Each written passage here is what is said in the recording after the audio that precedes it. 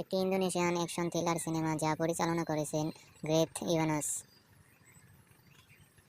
Red মুভিটি যে প্রথম সিনেমায় একটি বিল্ডিংয়ে অভিযান চালানোর পর এবার আরও গভীর অপরাধ জগতে মুখোমুখি হয়।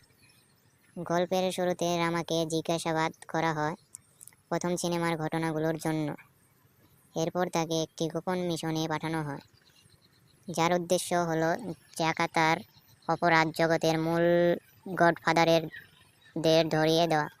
এর জন্য রামাকে তার আসল পরিচয় লুকিয়ে জেলে পাঠানো হয়, যেখানে সেই অপরাধ জগতে প্রভাবশালী গ্যাং লিডার বানগন এর ছেলে উকো এর ঘনিষ্ঠ হয়ে ওঠে।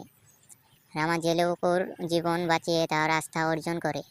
এরপর মুক্তি পেল উকো তাকে তার বাবার গ্যাং এ নিয়ে আসে।